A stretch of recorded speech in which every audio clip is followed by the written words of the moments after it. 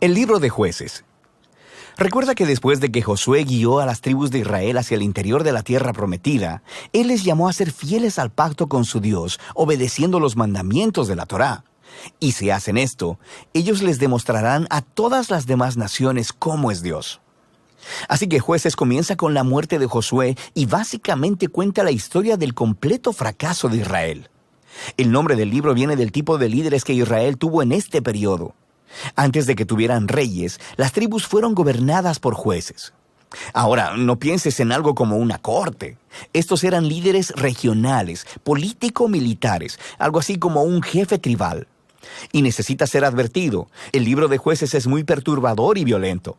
Cuenta la historia de la corrupción moral de Israel, de su mal liderazgo y básicamente de cómo vinieron a ser semejantes a los cananeos.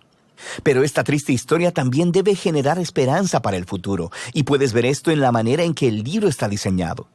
Hay una larga introducción que prepara el escenario para el fracaso de Israel, porque ellos no expulsan a los cananeos que quedaron. Luego tenemos la gran sección principal del libro, con historias acerca de la creciente corrupción de los jueces de Israel. Y la progresión de la narración muestra cómo los líderes de Israel pasan de bastante buenos, a malos y a peores. La sección final es bastante perturbadora y muestra la corrupción del pueblo de Israel en su totalidad. Así que profundicemos para explorar un poco más cada parte. La sección inicial comienza con las tribus de Israel en sus territorios en la tierra prometida. Y aunque Josué derrotó algunas de las ciudades cananeas claves, todavía había mucha tierra que conquistar y muchos cananeos viviendo en esas áreas. Así que el capítulo 1 incluye una larga lista de grupos cananeos y ciudades que Israel no expulsó de la tierra. Ahora, recuerda, el objetivo de expulsar a los cananeos era evitar que Israel adoptara la corrupción moral y la manera de adorar a sus dioses mediante el sacrificio de niños. Dios llamó a Israel a ser un pueblo santo, y esto no estaba sucediendo.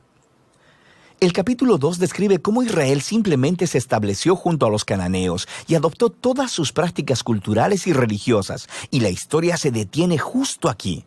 Por casi un capítulo entero, el narrador nos da una vista general de todo lo que está a punto de suceder en el cuerpo del libro.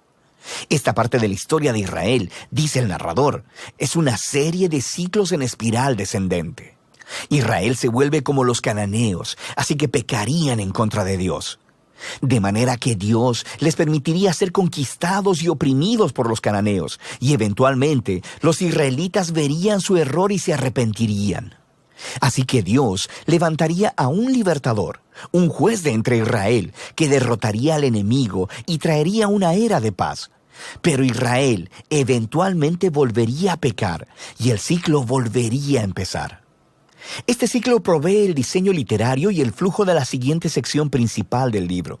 Se repite para cada uno de los 6 jueces principales cuyas historias se relatan aquí. Ahora, las historias de los primeros 3 jueces, Otoniel, Ahod y Débora, son aventuras épicas, pero también son historias extremadamente sangrientas.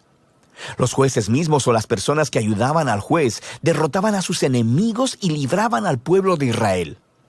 Las historias de los siguientes 3 jueces son más largas y se enfocan en las fallas del carácter de los jueces, quienes se vuelven peor cada vez. Así que Gedeón comienza bastante bien. Es un hombre cobarde, pero eventualmente termina confiando en que Dios puede usarlo para salvar a Israel. Así que él derrota a un enorme ejército de madianitas con solo 300 hombres, llevando antorchas y cántaros de barro. Pero Gedeón tiene un carácter bastante malo y asesina a un grupo de israelitas porque no lo ayudaron en su batalla. Y de ahí todo va de mal en peor. Él hace un ídolo con el oro que ganó en sus batallas, y después que él muere, todo Israel adora al ídolo como a un dios, y el ciclo comienza otra vez. El siguiente juez principal es Jefté, quien es algo así como un matón de la mafia que vive en las montañas. Y cuando las cosas se ponen muy mal para Israel, los ancianos vienen a él y le ruegan por su ayuda. Y Jefté era un líder muy efectivo. Ganó muchas batallas contra los amonitas, pero estaba tan poco familiarizado con el Dios de Israel que lo trata como a un dios cananeo. Jura sacrificar a su hija si gana la batalla. Esta trágica historia nos muestra qué tan bajo ha caído Israel. Ya no conocen el carácter de su propio Dios, lo que los lleva al asesinato y a la falsa adoración. El último juez, Sansón, es por mucho el peor. Su vida empezó con mucha promesa, pero a él no le importa el Dios de Israel.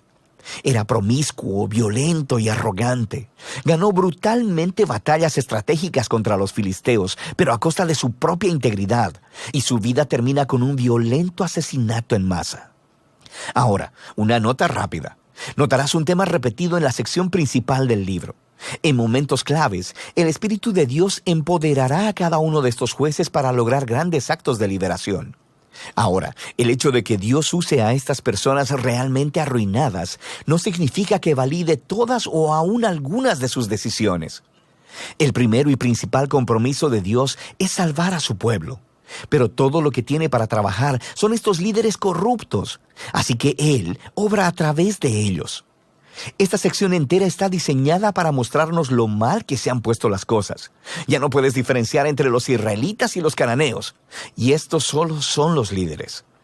La sección final muestra a Israel como un todo, tocando fondo. Hay dos historias trágicas aquí, y no son para gente con corazón muy débil. Están estructuradas por una frase clave que se repite 4 veces al cierre del libro. En esos días no había rey en Israel, y cada uno hacía lo que bien le parecía. La primera historia es acerca de un israelita llamado Micaía, que construye un templo privado para un ídolo, y el lugar es saqueado por un ejército privado enviado de la tribu de Dan. Así que ellos llegan y se roban todo, y luego van y queman la pacífica ciudad de Lais y asesinan a todos sus habitantes. Es una historia horrible. Cuando Israel olvida a su Dios, los más fuertes se salen con la suya. La última historia del libro es aún peor. Es una impactante historia de abuso sexual y violencia que conduce a la primera guerra civil de Israel. Es una historia muy perturbadora y ese es el punto. Se supone que estas historias sirvan como advertencia. El descenso de Israel a la autodestrucción es el resultado de apartarse del Dios que los ama y quien los salvó de la esclavitud en Egipto.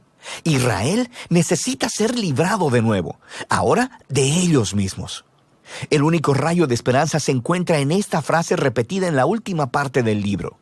De hecho, forma la última oración de la historia. No había rey en Israel.